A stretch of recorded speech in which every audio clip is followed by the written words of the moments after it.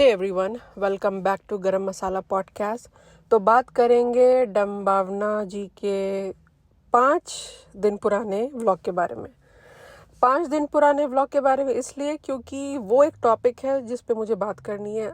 Otherwise मुझे ऐसा कोई ख़ास इंटरेस्ट नहीं है, क्योंकि रीज़न ये है कि मैंने इनका जो व्लॉगिंग है वो अनसब्सक्राइब कर दिया है और देखना बंद कर दिया। और उसका बहुत सारा रीज़न है, और मतलब मैं पहले भी वीडियो बना चुकी हूँ और एक्सप्लेन कर चुकी हूँ कि क्या रीज़न है। लेकिन मेन रीज़न जो मुझे अजीब लगता है वो ये कि ये इसको आप कुछ भी बोलो, अच्छी बातें भी अगर आप बोलो, इसको क्रिटिसाइज़, अगर आप कंस्ट्रक्टिव क्रिटिसाइज़ भी करो और कुछ मतलब सलाह देने की भी कोशिश करो अच्छे में, तो भी इसको ये बहुत मिर्ची लगती है और बहुत गंदे तरीके से ये लेती है और बहुत अब्यूज़ करती है अपनी ही ऑडियंस को, अपने ही सब्सक्राइबर्स को।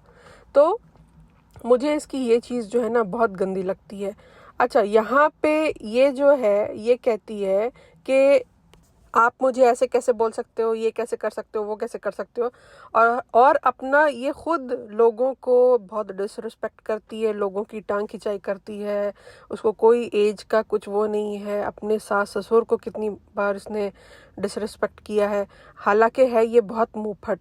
तो मुंहफट इंसान का पता है क्या होता है, एक वक्त के बाद ना इंसान इतना ज़्यादा मुंहफट इंसान इतना ज़्यादा बोलने लगता है कि फिर वो जो है ना वो एक दायरा जो है वो भूल जाता है कि कहाँ पे उसे स्टॉप करना है। तो ये बहुत सी लोगों को कुछ भी बोल के खुद निकल जाती है, लेकिन जब इसकी बारी आती है, जब इसके ऊपर आता है, तो ये नहीं ले पाती है और इसको बहुत गंदे तरीके से ये लोगों पे चढ़ती है। तो ये चीज़ मुझे ना इसकी नहीं पसंद है, और यही रीज़न है कि मैंने इसके व्लॉग्स देखना बंद कर दिया। लेकिन मुझे इस टॉपिक पे बात करना था क्योंकि ये टॉपिक मुझे लगता है कि काफ़ी इम्पोर्टेंट टॉपिक है, और वो ये है कि इसके जो सास ससुर हैं वो इस साल नहीं आ रहे हैं गणेश चतुर्थी में। अगर मैं गलत नाम ले रही हूँ तो प्लीज़ मुझे करेक्ट कर देना, आई एम सो सॉरी। लेकिन अगर मैं सही हूँ तो ठीक है। मुझे लगता है गणेश चतुर्थी ही बोलते हैं। तो इस साल वो नहीं आ रहे हैं, वो हर साल आते हैं, वो दिल्ली में रहते हैं। अच्छा, इसके जो सास ससुर हैं ना बहुत ज़्यादा हम्बल, नाइस और बहुत ही प्यारे और क्यूट कपल हैं। उनकी जो प्यारी सी नोक झोंक है, लड़ाई झगड़ा है, वो चीज़ जो है ना ऑडियंस को देखना बहुत पसंद है। तो ऑडियंस जो है वो इसी वजह से वो लोग जब भी आते हैं ना, तो आप नोटिस करना कि इसके व्यूज़ बहुत ऊपर चले जाते हैं। तो आई थिंक कहीं ना कहीं ये भी रीज़न है कि ये रोक लेती है उन्हें ज़्यादा दिन, मतलब आते हैं वो बेचारे 1 महीने के लिए, और उन्हें 2-3 महीना रोक लेती है ज़बरदस्ती, क्योंकि उसको भी पता है बहुत अच्छे से कि मेरे सास ससुर आते हैं तो मेरे व्यूज़ ऊपर जाते हैं। तो उसको ये चीज़ वो कैश करती है, अपने सास ससुर को बहुत अच्छे से कैश करना उसको आता है। तो इस साल वो लोग ने मना कर दिया है कि नहीं, हम लोग नहीं आ रहे हैं, हमें गांव जाना है, हमें काम है, ये है वो है करके उन्होंने काट दिया है। अच्छा, यहाँ पे बहुत से लोग बहुत तरह की बातें कर रहे हैं कि ऐसे हुआ था, वैसे हुआ था, आप अपने सास ससुर को प्राइवेसी दो, ये करो वो करो। देखो, बहुत से लोगों की बहुत सी बातें, लेकिन मुझे जहाँ तक मुझे जो लगता है, क्योंकि मैं बताती हूँ क्या हुआ होगा, इसलिए क्योंकि ये चीज़ हुई थी, और जब ये हुई थी ना तो मैंने इस चीज़ को नोटिस किया था, एंड आई एम श्योर कि बहुत से लोगों ने नोटिस किया होगा। तो हुआ क्या था ना कि लास्ट ईयर जब अंकल आंटी आए थे, इसके सास ससुर, और वो रहे थे, और वो काफ़ी लंबा रह गए थे, आई थिंक 2-3 महीने रह गए थे वो। और ये सब हुआ। उसके बाद जब वो गए ना, तो जब वो गए उसके बाद पता है क्या हुआ, ये और इसका हस्बैंड, ये दोनों पता है मिलकर क्या बोलते हैं, ये बोलते हैं कि ओह फाइनली हमें जो है हमारे लिए टाइम मिल गया, फाइनली हमारा मी टाइम हमें मिल गया। तो पता है क्या होता, क्या है ना कि आप इस तरीके से अगर आप बोलोगे ना, और आपको पता है कि आपके सास ससुर आपका व्लॉगिंग देखते हैं, आपको ये बहुत अच्छे से मालूम है, और आप इस तरीके की बातें कर रहे हो कि ओ आपको फाइनली टाइम मिल गया, मतलब कि आप किसी को आप एहसास दिला रहे हो कि ओ आप लोग थे तो हमें हमारा मी टाइम नहीं मिल रहा था, हमें हमारा कपल टाइम नहीं मिल रहा था। तो आप इस तरीके की बातें करके आप अपने सास ससुर का दिल दुखा रहे हो। और मुझे तो ताज्जुब लग रहा है इसके हस्बैंड पे। इसको तो कम से कम, चलो डम्बावना के पास तो सच में कोई उसको अकल वकल कुछ नहीं है, वो सच में डम है। वो इतनी बड़बोली है कि उसको समझ में नहीं आता कि किससे क्या बोलना चाहिए। लेकिन उसका हस्बैंड तो मुझे बहुत समझदार आदमी लगता है। उसने ये सब जब मुझे पता है मैंने वो व्लॉग एक्चुअली देखा था, और मैंने कमेंट सेक्शन में मैंने कमेंट भी किया था कि यार ऐसा कौन बोलता है किसी के माँ बाप के जाने के बाद। अगर मेरा हस्बैंड ये बोले मेरे माँ बाप के जाने के बाद कि ओ चलो वाह अब मुझे जो है अब मी टाइम मिलेगा, तो मुझे तो बड़ा बुरा लगेगा। लेकिन पता नहीं, तो मुझे लगता है कि कहीं ना कहीं अंकल आंटी को ये चीज़ जो है वो लगी होगी बुरी।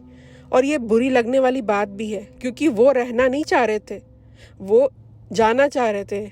ये मैडम जो है डम्बावना मैडम, इन्होंने ज़बरदस्ती रोका था। अब आप एक तो ज़बरदस्ती आप रोक रहे हो, उसके ऊपर से आप उनके जाने के बाद आप ये भी बोल रहे हो कि ओ अच्छा चलो फाइनली अभी हमें जो है वो हमारा मी टाइम मिल गया। और फिर पता है क्या होता है कि अगर आप इस तरीके की बातें करोगे ना, तो सामने वाला जो है उसे बुरा लगेगा। जो इंसान जिसके पास भी सेल्फ रिस्पेक्ट होगा ना, उसको बुरा लगेगा।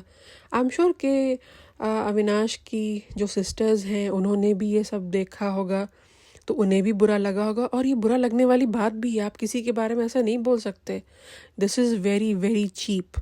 ये तो मैं तो चीप ही बोलूँगी, क्योंकि एक तो तुम उन लोगों को रोक रही हो। एक तो पहली बात कि वो लोग खुद भी रुकना नहीं चाहते हैं, लेकिन तुम ज़बरदस्ती उनको रोकती हो। ये औरत उन लोगों को ज़बरदस्ती रोकती है अपने कंटेंट के चक्कर में, क्योंकि इसको पता है कि मेरे जो सास ससुर हैं इनकी नोक झोंक मेरी ऑडियंस देखना चाहती है और मेरे व्यूज़ ऊपर जाते हैं, तो ये रोकना चाहती है। ठीक है, उसके ऊपर से तुम ये सब कह रही हो कि फाइनली हमें हमारा मी टाइम मिला, तो सामने वाले को तो बुरा लगेगा ना। और बुरा लगना बनता है, बिल्कुल जायज़ है। उनकी जगह अगर कोई XYZ कोई अपने आप को रख के अगर सोचे, उस इंसान को भी बुरा लगेगा। अच्छा, एक और चीज़ जो मुझे पॉइंट आउट करनी थी, जब इसकी जो डॉग थी ना चेरी, जब उसकी डेथ हुई, तो फिर उससे पहले ये दुबई गई थी अपने सास ससुर के साथ ट्रिप पे। तो बहुत से लोगों ने इसको क्रिटिसाइज़ किया था कि आप क्यों गई दुबई, आपको अपने डॉगी के पास होना चाहिए था, वो बीमार थी, ये वो।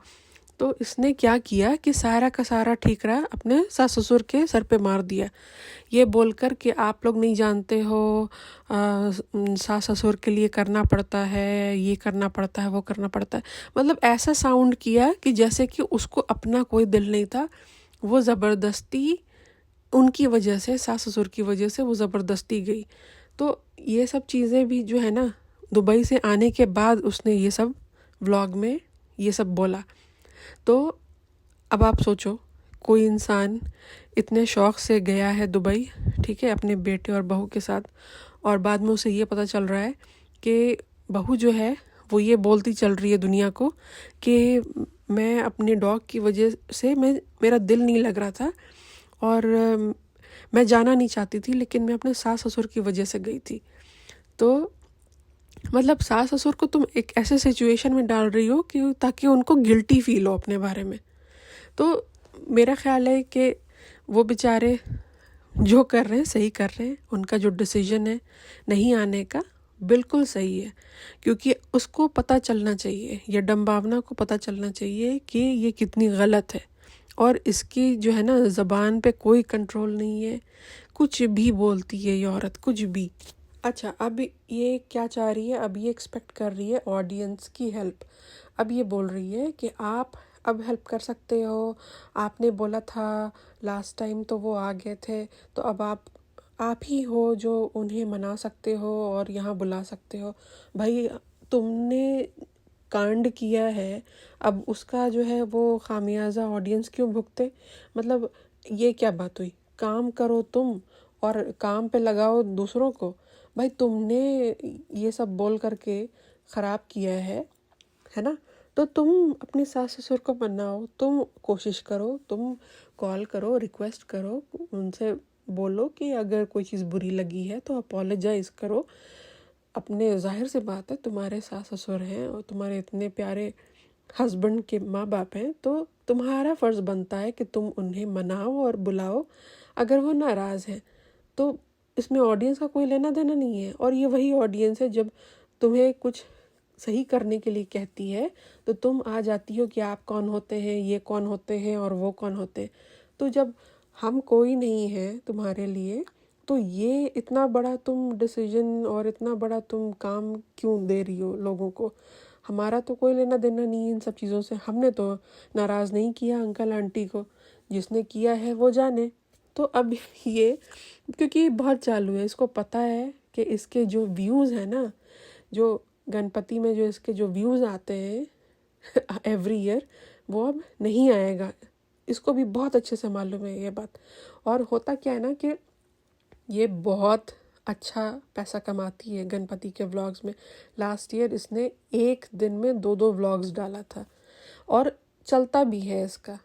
तो इसको पता है कि इस दफ़े क्योंकि सास ससुर नहीं आ रहे हैं तो इसका मेन कंटेंट जो है ना वो गायब है। तो अब कोई दम नहीं है इसके कंटेंट में। इसका जो गणपति का जो कंटेंट आएगा उसमें कोई दम नहीं है। तो इसको इस बात की डर है। तो अब ये चाहती है कि ऑडियंस जो है अब इसको हेल्प करे। तो मुझे नहीं मालूम, देखना इंटरेस्टिंग होगा कि अंकल आंटी जो हैं वो सच में आते हैं या नहीं आते हैं। क्या ये अपने सास ससुर को कन्विंस करने में कामयाब होगी या नहीं होगी। और अगर नहीं होगी तो इसका इस साल का जो गणपति का जो इतना फेमस जो व्लॉगिंग करती है वो लोग भी देखते हैं इसके गणपति के व्लॉग्स, जो मतलब जो नहीं सेलिब्रेट करते हैं। जैसे बहुत से लोग हैं, जैसे क्रिश्चियंस हैं और मुस्लिम्स हैं, तो वो लोग भी देखते हैं। तो हालांकि वो सेलिब्रेट नहीं करते लेकिन फिर भी देखते हैं क्योंकि काफ़ी फेमस है इसका। तो इस दफ़े जो है वो अंकल आंटी के बगैर क्या होने वाला है, कैसे होने वाला है, वो लोग आएंगे नहीं आएंगे, अभी भी ये बहुत बड़ा क्वेश्चन मार्क है। तो चलिए देखते हैं क्या होता है। और yes, I will see you in the next podcast. तब तक इस चैनल को लाइक कीजिए, शेयर कीजिए, सब्सक्राइब कीजिए, and I will see you in the next podcast. Okay, take care, अल्लाह हाफिज़।